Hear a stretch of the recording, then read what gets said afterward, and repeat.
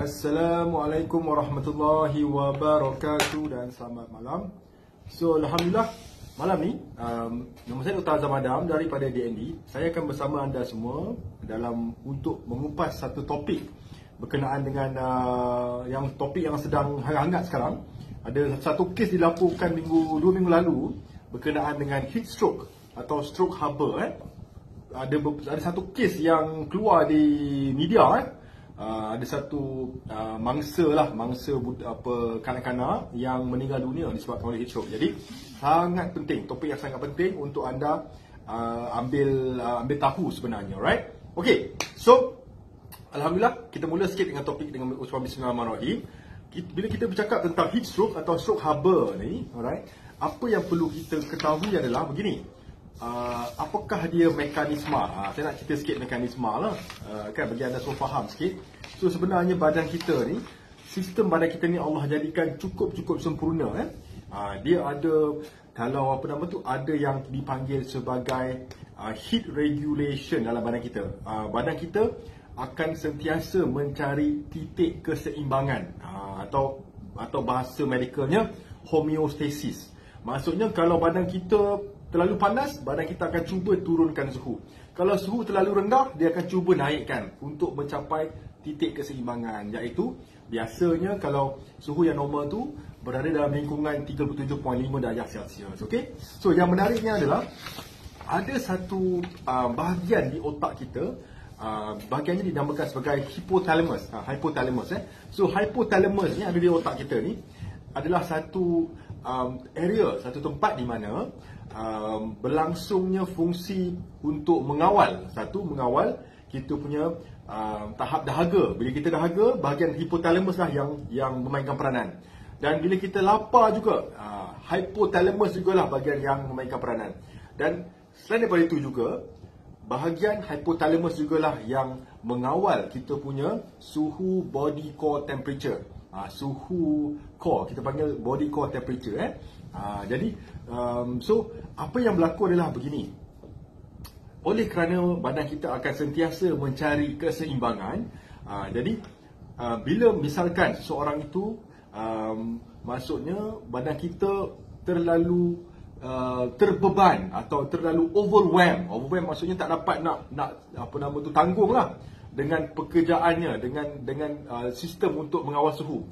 Jadi apa yang berlaku adalah bila bahagian di hypothalamus itu mengalami overwhelm, tidak mampu untuk mengawal, jadi core temperature badan kita akan meningkat dengan sangat mendadak, sebab dah tak ada siapa yang nak kontrol. Okey, dan maka berlakulah satu keadaan namanya stroke haba atau heat stroke. Okey, heat stroke. So sebenarnya istilah lain daripada heat stroke ini atau stroke haba adalah heat exhaustion. Maksudnya badan kita ni diberi beban, ditekan dengan suhu yang terlalu tinggi, okey, sehingga menyebabkan apa? Menyebabkan berlakunya dehidrasi atau dehydration. Jadi isunya adalah bila badan kita mengalami dehydration, apa yang berlaku sewaktu badan kita mengalami dehidrasi adalah air dalam badan kita tak cukup. Jadi badan kita ni mengandungi lebih kurang 70%. So badan kita ni adalah 70% consist of water. Sungguh banyak. So kalau tak cukup air, organ-organ, sel-sel dalam badan kita tak dapat berfungsi dengan baik dan dengan sempurna. Sebab tu air adalah essential, sangat-sangat penting untuk kelangsungan hidup kita. Okay? So bila berlaku heat stroke haba ni, alright, berlakunya dehydration. So badan kita akan bagi signal. So saya nak ajar anda, kalau misalkan anda mengalami atau kenal mungkin keluarga anda yang mengalami tanda-tanda awal sebelum berlakunya heat stroke, anda dah boleh kenal pasti dan perlu segera bawa ke hospital atau klinik berdekatan untuk rawatan lanjut oleh doktor. So nombor 1, alright, apabila berlakunya seseorang itu kalau nak kena stroke haba, maka heartbeatnya akan meningkat dengan mendadak. Maksudnya detak jantung rasa macam berdebar-debar, detak jantung meningkat dengan mendadak. Okey, nombor 1. Nombor 2, kemungkinan tanda-tanda awal daripada heat stroke adalah bila berlakunya seorang itu anda akan rasa terlalu letih dan lemah, lethargic, terlalu letih dan lemah. Dan Di samping itu disusuli juga dengan gejala kram-kram otot, kejang-kejang otot, khususnya di otot abdomen, di perut itu tanda-tanda nak ke arah stroke haba. Dan mula rasa pening, mata kabur, seperti nak pengsan, rasa seperti nak pengsan, dan anda boleh nampak dari sudut gejala luarannya, kulitnya pale atau pucat and clammy, seperti pucat dan mengeluarkan banyak peluh, kan, kita panggil pucat dan melekit lah, clammy. So perlu berhati-hati jika anda mengalami gejala tersebut, kerana mungkin gejala tanda-tanda awal badan nak beri signal bahawa nak ke arah stroke haba. Okey, dan apabila berlakunya stroke haba, satu keadaan di mana suhu badan kita, core temperature kita melebihi 40 darjah Celsius. So suhu normal badan kita adalah 37.5. Bila berlakunya suhu 40 darjah Celsius, tinggilah kan, demam lah. Ya, tapi suhu ini bukan suhu di luaran, core temperature, dalaman. Dan apa yang berlaku jika berlangsung dengan lama boleh menyebabkan koma dan juga sawan. Itu yang kita risaukan.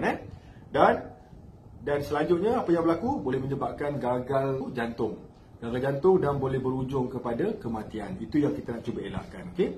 So anda perlu kenal pasti tanda-tandanya. Okay? Dan tetapi yang bagus tentang stroke haba ni, alright, kerana kita tahu dengan pasti apakah penyebabnya. Sudah tentu penyebabnya adalah haba lah, heat yang berlebihan. Okay? So bila kita dah kenal pasti, alright, cara nak atasinya pun cukup mudah. Jadi saya nak ajar anda cara nak atasi. Sebelum kita pergi cara tu, saya nak jelaskan pada anda faktor risiko, golongan-golongan yang berisiko tinggi untuk terkena stroke haba. Nombor satu, golongan yang rentan untuk terkena stroke haba ini adalah golongan yang berusia lanjut dan yang berusia kurang dari 5 tahun dan yang berumur lebih dari 65 tahun. Usia rentan lah. Okay, so kena hati-hati kalau anda dalam kelompok ini, lebih 65 tahun dan bawah 5 tahun, anak-anak kita lah. Nombor dua, jika anda seorang yang obes, mengalami obesity, juga perlu berhati-hati kerana lebih mudah untuk terkena stroke haba. Nombor tiga, okay, anda ada masalah jantung, jantung yang tidak, mungkin ada heart block ke, ada masalah irama jantung tidak 100% functioning, juga perlu berhati-hati. Lebih rentan, lebih tinggi risiko untuk terkena stroke haba. Dan yang ada hypertension, ada darah tinggi, juga golongan termasuk yang rentan terkena stroke haba. Dan ini penting, sekiranya anda sedang mengambil obat-obatan, ada beberapa jenis obat yang boleh mengganggu fungsi, okay, cooling off badan kita. Kan saya sebut tadi di pusat hypothalamus. Jadi ada obat yang boleh mengganggu daerah tersebut. Kita panggil cooling off punya mekanisme. Nombor satu, ada ubat-ubatan antipsychotic dan anti-depression. Anda perlu hati-hati kalau anda seorang yang sedang mengamalkan ubat-ubat tersebut. Yang anti-depression dan juga anti-psychotic lah. Psikotik maksudnya yang ada masalah gangguan jiwa. Dan rupa-rupanya yang kalau anda sering mengamalkan antihistamin juga. Antihistamin ni contoh ubat-ubat sesama, perlu berhati-hati. Piriton ke kan, dan sejenis dengannya. Perlu berhati-hati kerana ubat-ubat tersebut mengganggu fungsi regulation atau penstabilan suhu dalam badan. Okey, ubat yang sesama semua tu perlu berhati-hati. Jangan ambil kalau tidak perlu. Okey, dan ubat-ubat jenis beta blocker, maksudnya dari jenis ubat tekanan darah lah, mengawal blood pressure, juga perlu berhati-hati. Okey, so misalkan anda ada ambil banyak ubat, anda perlu berhati-hati ubat-ubat kategori yang saya sebut tadi. Okey, bukan bermaksud anda akan kena, tetapi risikonya lebih tinggi. Alright, itu adalah antara gejala. Dan yang terakhir adalah jika anda seseorang yang dalam aktiviti sehari-harinya sering terdedah dengan matahari, sering terdedah dengan haba, heat. Okey, kalau anda bekerja di outdoor ke kan, kalau anda seorang atlet, anda mungkin seorang atlet yang selalu aktif, perlu berhati-hati. Sebab itu kalau seseorang atlet itu yang outdoor, mereka dah tahu dah sebenarnya, mereka akan banyak berpeluh, tapi mereka juga akan banyak minum air. Kan? Sebab mereka tahu, sebab bila badan dah keluarkan peluh, Jadi kita perlu rehydrate balik, perlu ganti balik cecair yang keluar tersebut. Alright. So itu antara golongan yang berisiko, rentan. Now, bagaimana pula cara untuk anda tangani jika sekiranya anda sedang berdepan dengan seseorang yang kemungkinan kena heat stroke? Nombor satu, okey, dia ada strategi saya nak ajar anda. Nombor satu yang paling penting, kalau anda dapatilah mungkin anak anda ke dah main kat luar lama kan, tiba-tiba nampak dia lain macam kan. Okey, nombor satu, anda kena pastikan anda kena relocate. Anda kena pastikan kalau anak anda main kat luar berjemur lama sangat tu, panggil dia masuk, nampak dia lain macam kan, kena panggil dia masuk, pergi ke kawasan yang sejuk. Maksudnya dalam bilik beraircon ke, kena keluar daripada keluar daripada environment yang memberi haba tersebut. Okay? So go to shady, maksudnya yang terlindung daripada paparan panas cahaya matahari. Okay, masuk bilik aircon ke. Nombor satu, relocate diri anak anda atau siapa pun. Nombor dua, anda kena cooling off, kena cool off. Cool off ni maksudnya kena kita fokus kita nak segera turunkan core temperature badan, suhu badan kita, suhu core badan kita. Caranya cooling off. Nombor satu, kalau anda di luar kan, yang paling terbaik dapat benamkan diri dalam bathtub lah. Terus kalau anda pergi hospital, dia akan benamkan dalam air sejuk. Satu, kalau tak ada bathtub tu, ada air pipe lah, sembur air pipe ke dalam, mandikan budak tu ke, mandikan kawan anda, tak apa. Itu caranya. Asal ada air saja, curah air sebanyak-banyaknya, okey, untuk cooling off period. Okey. Dan bila dah terbaik, bila dah sembuh dengan air tersebut, cari tempat yang boleh berendam air, atau mandi shower. Okey. Now, bila dah masuk cool off, barulah anda pergi ke fasa nombor 3, iaitu rehydrate balik. Rehydrate maksudnya barulah beri minuman-minuman yang untuk menggantikan air yang hilang. Yang penting, air tersebut perlulah air yang bukan setakat cukup kuantiti, tapi baik kualitinya. Air yang terbaik adalah air electrolyte, iaitu kalau ikutkan air yang daripada alami adalah air kelapa. Air kelapa adalah energy drink yang terbaik sebenarnya, penuh dengan electrolyte, potasium, sodium, magnesium, lengkap sekali, chloride. Air kelapa. Kalau tak ada air kelapa, tak apa. Okey, apa yang anda boleh buat? Anda boleh beri saja air mineral. Okey, air mineral sudah cukup baik sebenarnya. Alright. Dan nak beri apa-apa saja, jus ke, buah ke, boleh saja, untuk gantikan kembali air yang hilang. Now, jadi itu antara cara, 3 step. Alright, 3 step. Relocate, pergi ke tempat yang sejuk, cooling off, mandi, dan siram dengan air sejuk, dan baru rehydrate. Nombor 3. Now, kemudian yang penting adalah apa? Anda kena pastikan begini. Okey, anda pastikan begini. Fokus utama kita untuk mereka yang ada masalah, yang ada isu stroke haba ni adalah kita nak menurunkan core temperature dia, suhu dalam badan. So sebenarnya core temperature ni cara paling accurate untuk kita, doktor kalau hospital nak kena pasti adalah melalui rectal. Sebab tu kalau pakai check suhu kat dahi ke kan, kat mulut ke, dia tak berapa accurate. Dia kena masuk ikut anus, rectal lah, rectum. Itu yang menunjukkan paling accurate. Okay? So kalau di hospital atau klinik, doktor biasanya akan check core temperature dengan rectal. Now, kemudian apa dia buat? Antara cara-cara dia, doktor akan check warna urine test. Sebab warna mereka yang ada masalah heat stroke juga akan berubah warna air kencingnya.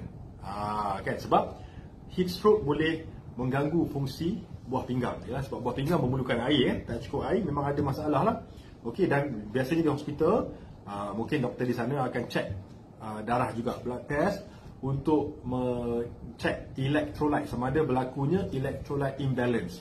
Dia akan check magnesium, dia akan check sodium, potasium, dan selainnya, untuk seimbangkan balik. Alright? So sangat penting anda segera bawa ke hospital untuk ditangani oleh doktor. Okey, tapi sebelum itu anda boleh lakukan seperti yang saya sebut. Kena relocate tempat yang tidak panas, cool off, mandikan dia, dan rehydrate, bagi dia air. Alright? Sebenarnya simple step.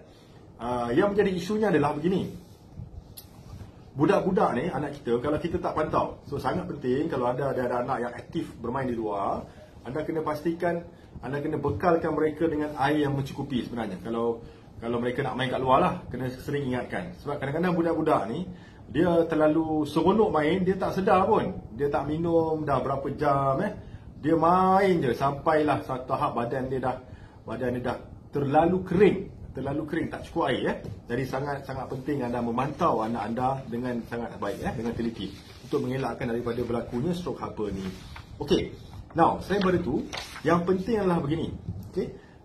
Jumlah asupan air yang diperlukan oleh badan kita dalam waktu 24 jam ada formulanya. Formulanya adalah berat badan kali 30. So misalkan berat badan anda 70 kg, kita kali 30 dapat dalam 2100 ml.